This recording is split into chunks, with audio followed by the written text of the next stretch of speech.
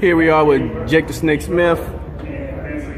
You got a card coming up, but before we get to that, you have a fighter about to be on a good card. It's August 18th. Yes, Donald Wallace. Yep. Dangerous Donald Wallace. And he's looking sharp. He's training his butt off. He works 10 hours a day and then gets into the gym and busts his butt for another 4 hours. He's ready. He's hungry. Yeah, and I was telling him that I watched his career in the amateur and I watched his development, and I see a totally different fighter as a pro than I do as an amateur. You know, when you have him in the gym, do you work with him also in the gym, or he has? I work. And when you're working with him in the gym, do you see that progression yourself? As you know, his hand speed's coming along quicker. He's more anxious. His desire is just so he's ready. I mean, he's hungry. He's a hungry fighter, which nobody wants to be in the ring with a hungry fighter. Yeah, and he sounds like he has everything in order mentally as a fighter. He knows what he's supposed to do as a fighter, and basically he's dedicated as a fighter. That and you know, doing the interview, that's what it sounds like. You know, has his priorities in order and things like that. And with Donald, how do you plan to move him? Because I talked about how boxing is. You see a lot of young fighters with low count records as far as 10-0, 12-0, 15-0, fighting for titles sometimes. That's what the plan is. We hope.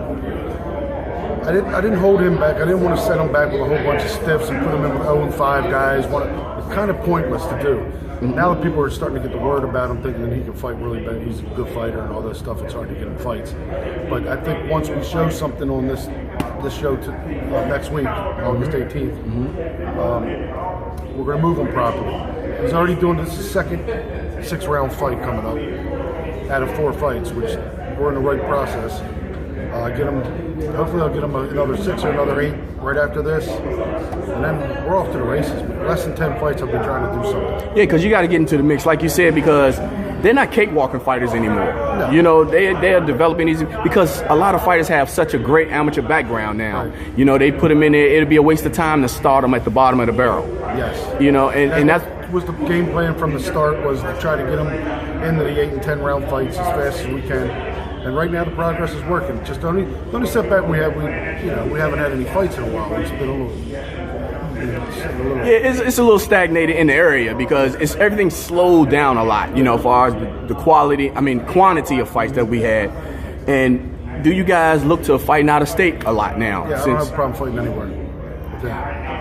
And with saying that now. Yourself, you're on the amateur side also. You got a card coming up. I have a card September 14th in Michael's 8th Avenue. Give us some information about that card. Everybody can. It's going to be an outstanding card. I don't know what else to say. Every one of my amateur fights are knockdown, burn down fights. I don't try to protect anybody. I put them in to fight, and that's what you have to do in the amateurs.